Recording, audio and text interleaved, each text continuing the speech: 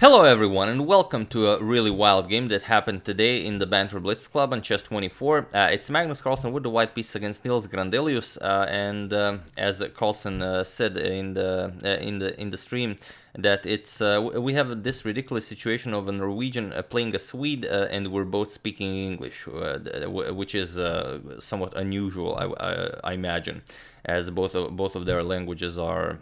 They're not exactly the easiest of languages. But okay, I mentioned in the previous video that I do have some, joyous news. So here it is, as there are pretty much all of the tournaments are cancelled in 2020. Today they published that the Grand Chess Tour cancelled all of their events for 2020, so there will be no events of the Grand Chess Tour, and it continues in 2021.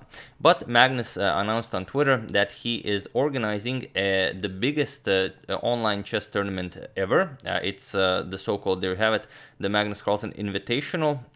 It's $250,000 prize fund, super tournament with 8 top players. I don't know if it's exactly 8 top or maybe 8 of the top 20 or something like that. And he didn't specify anywhere will he actually be playing. I imagine he will, but it wasn't. I don't think it was mentioned anywhere. And it's gonna start April 18th, so in 16 days, and it's gonna last for 7 days, as it will be 7 rounds, a single round robin. And there you have it. This is a historic moment for chess, and given that it's possible to continue top professional play in an online environment, we have not only the opportunity but the responsibility to players and fans around the world who need a distraction and when no other live competitive sport is being played. There you have it. So it's gonna be awesome, as there are pretty much no events currently going on, and I think this is only the first of many to come. But getting back to the game, Carlsen in this game opens with knight to f3. He goes for the Reti, sorry about that. We have c5 by Grandelius, and now g3. We have g6 and c3 now, slow playing it with d4 and so on. We have bishop to g7, and now we have d4. Knight to f6 and bishop to g2. So both players fianchetto their king side. We have castles, and now Carlsen says that okay, if you're offering me a pawn, I'm gonna capture it. So d captures on c5, and of course if you don't want to allow b4 to solidify the position, a5 now, keeping an eye on b4. Carlsen castles, and this is a new move now. So already as of move 7, it's a completely new game. We have knight to a6, Grandelius prepares to grab back his pawn, and now bishop to e3, defending it. We have knight to g4, now threatening to double up both, not only the c pawns, but also the e pawns. So bishop to d4, offering a trade of dark square bishops, e5, and now, of course, as the bishop has no more good squares, h3. We have e captures on d4, h captures on g4, d captures on c3, knight captures, and now knight captures on c5. Black regained his pawn, and we have this position where Carlsen's pawn structure is a little messed up, but he has 2 pawn islands, Grandelius has 3, so it's a trade-off. And he goes for g5, as the pawn on g4 might become a weakness at some point. So d6, preparing to develop the light square bishop. Also d6 could be an issue for black.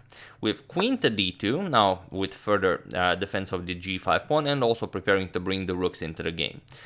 Rook to b8, Grandelius prepares b5, and rook f to d1 now, threatening to pick up the d6 pawn. We have b5 now, and Carlsen does not go after the pawn. He just starts improving his pieces. We have knight to d4. Sorry, that's not the correct knight. Knight to d4, the other knight coming to d5, and now bishop to d7.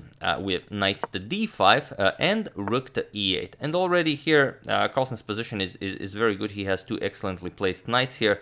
The queen is coming to f4, which is his next move, queen to f4. And already there are some threats of knight to f6 check, where black will have to give up the dark square bishop, and it could be a bit dangerous. So here, point is, if you go bishop to e5, then white can still go for this knight to f6 check. And now queen will capture, and after g captures, bishop captures on f4, leaving Carlsen with a tripled f pawn, but with definitely a playable position. So if anything, even white can be better here. as f5 is coming, so not really a problem. But instead, Grandelius went for rook to e5, keeping an eye just on everything, also putting pressure on the g5 pawn now. And now Carlsen just goes knight to f6 with check. We have bishop captures on f6, g captures on f6. Carlsen mentioned in the stream that he hopes that this pawn survives long enough to stir some trouble in black's camp. But Grandelius, of course, is not going to make it easy for him. He goes g5. He kicks away the queen. And now it's possible to go back with the queen. Carlsen even mentions this briefly in the stream, that probably queen d2 is just the best, but it's too much fun not to capture the rook on e5.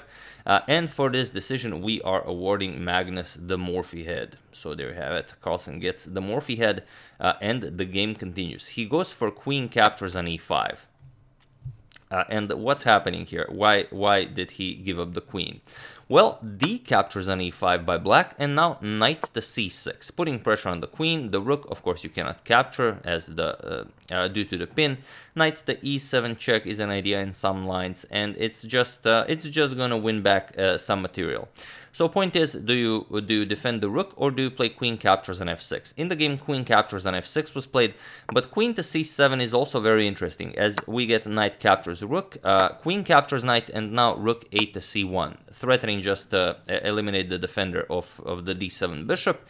So after queen to a7 or any move, you're still gonna capture, and after queen captures, you're gonna capture on d7. And you get this position where it's queen against the rook and the bishop, but it's not easy for black. Plus, with this pawn here, white threatening checkmate, you have to play queen b6 guarding this. And now well, bishop to d5 will have to be played going after the f7 pawn, and after captures, just captures. And you go into this king and pawn endgame after all this madness, where black has a bit more active king, but all in all, after g4 should be something of a draw. So knight to c6, really a complicated move, especially for a 3-minute blitz game. And here we have queen captures on f6 instead by Grandelius. He gives up the rook on b8 and goes for a different idea. We have knight captures on b8 and bishop to e6 now. So this is the line he prefers. Rook 8 to c1 going after the knight, and now knight to a4. So it's a bit of a different everything. In that game, black shouldn't have any problems, but here it's not at all clear what's happening. Here Carlsen goes for knight to d7. He attacks the queen. Queen to e7 now with a double attack on the knight, and now b3 attacking the knight. And here, what do? You cannot move the knight as, well, it doesn't really have all that many good squares, but the problem is, what do you play? Bishop captures on d7 is definitely best here.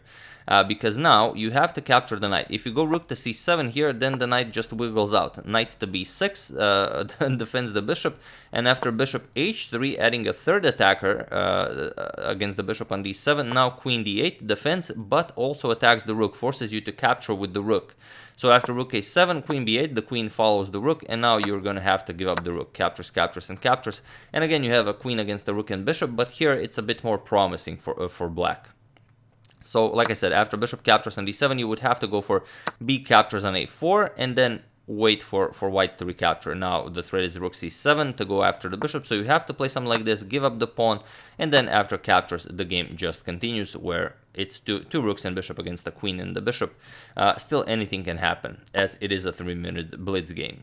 So here, Grandelius, instead of capturing, which is definitely the best idea, goes for knight to b2, puts pressure on the rook, and now rook to d2 by Carlsen, attacking the knight. And now, again, it's not easy to play, because now if bishop captures on d7, now you play rook to c7, you will win back the bishop, and the knight is trapped, the knight has nowhere to go. So whatever black plays, e4, let's say, you're gonna win the bishop, captures here, and after the queen moves, you're gonna deliver a check and pick up the knight on b2. And then it's going to be two rooks and a bishop against the queen, of course, much better for white. So Grandelius instead went queen to a3 to guard the knight, and now Magnus went for knight to c5. It's a similar idea. He wants to He wants to prevent bishop captures knight and then deal with the knight on b2. But there is an even more forcing line, so feel free to pause the video here and try to find this well, idea that it's a bit too elusive for a 3-minute blitz game, but you are comfortable in your own home, so maybe you want to give it a shot. Well, I give you a couple of seconds. So for those of you who were able to do it, congratulations on spotting this instant winning idea. And for those of you who just want to enjoy the show, it's knight to f6 with check. King has to move. Now there's no longer the threat of bishop captures on d7, but the difference between this and Magnus's move is that this comes with check. So next move you're going to just play rook c2 and win the knight, as the knight has nowhere to go. So at least king g7, you go after the knight, knight delivers check again, you again go after the knight, and now knight to c7. So basically similar to what Carlsen achieved, but his knight is on c5. But it is a bit different, because now to prevent rook to c2, you have to go bishop f5, but now e4 just kicks away the bishop here, and now you just win the knight, and white will have, well, too much material and the winning advantage. However, Magnus played knight to c5, which seems like a similar idea, the knight on c5 instead of on c7, but it's actually not. Here, Grandelius had the option of going bishop to f5, keeping an eye on the c2 square, and after e4, now he would have knight to c4, but of course, impossible to spot with in a 3-minute blitz game. Now you just, well, the rook is under attack, so you have to do something about that, and also this rook is under attack, so you have to do something about that, and there's not much you can do. After rook to d8 check, king g7, you will win this knight, the rook also has to be moved, so you will just wiggle out of your problems. However, Grandelius played knight to c4 immediately without the inclusion of bishop to f5, but now it's a bit different, because now rook to d8 check by Magnus, king to g7, and now knight captures on e6 with check. That's the problem now that the king is on g7, f captures on e6, and now, of course, not captures as the rook is hanging, rook to c2. We have knight back to b6 now by Grandelius, and now comes rook to c7 with check. King to h6, and now, of course, bishop to e4, threatening just to gobble up that h7 pawn, which will result in checkmate. So g4 making an escape route for the king, but here Magnus just plays rook to g8, now taking away the g5 square from the black king, and next move he's just going to deliver queen to h7, rook captures on h7 checkmate, and there is nothing you can do about this. There are no tricks, there are no checks, queen c1 check is not possible as the rook covers that square. So that's pretty much it.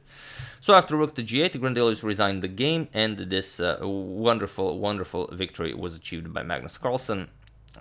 Just beautiful stuff. That queen captures on e5 move, we can see it once again in slow motion. So g5 was played, and then queen captures on e5.